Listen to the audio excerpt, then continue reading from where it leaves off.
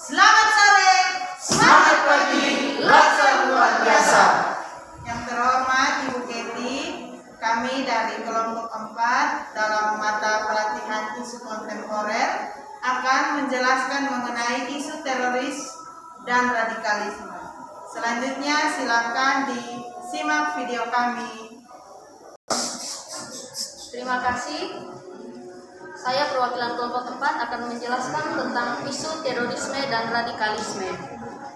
Dengan latar belakang yang kami ambil yaitu radikalisme merupakan ideologi yang bertentangan dengan Pancasila.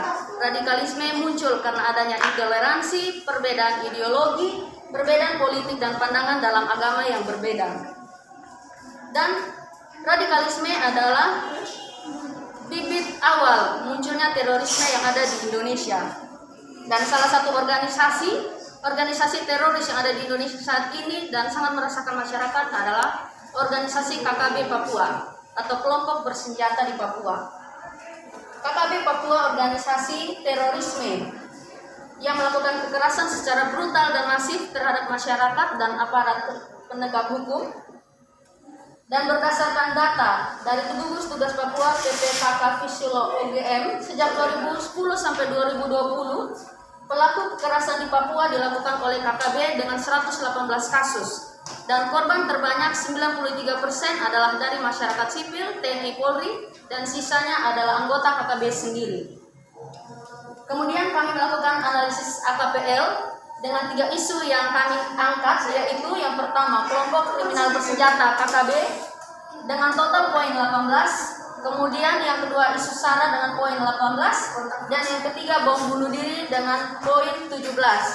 Lalu kami mengangkat dan mengambil kelompok kriminal bersenjata KKB sebagai isu karena dia sekarang adalah yang paling aktual di Indonesia.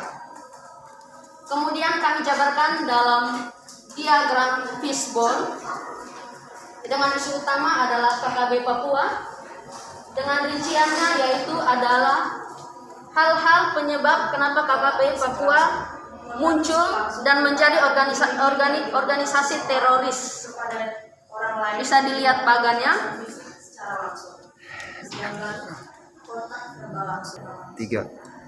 Beberapa hal yang menyebabkan organisasi KKB Papua muncul. Yang pertama dari faktor manusia, yaitu pendidikan rendah, kemiskinan, dan pemerintah. Yang kedua dari metode kerjanya, dilakukan penyerangan, persembunyian, dan dilakukan berkelompok.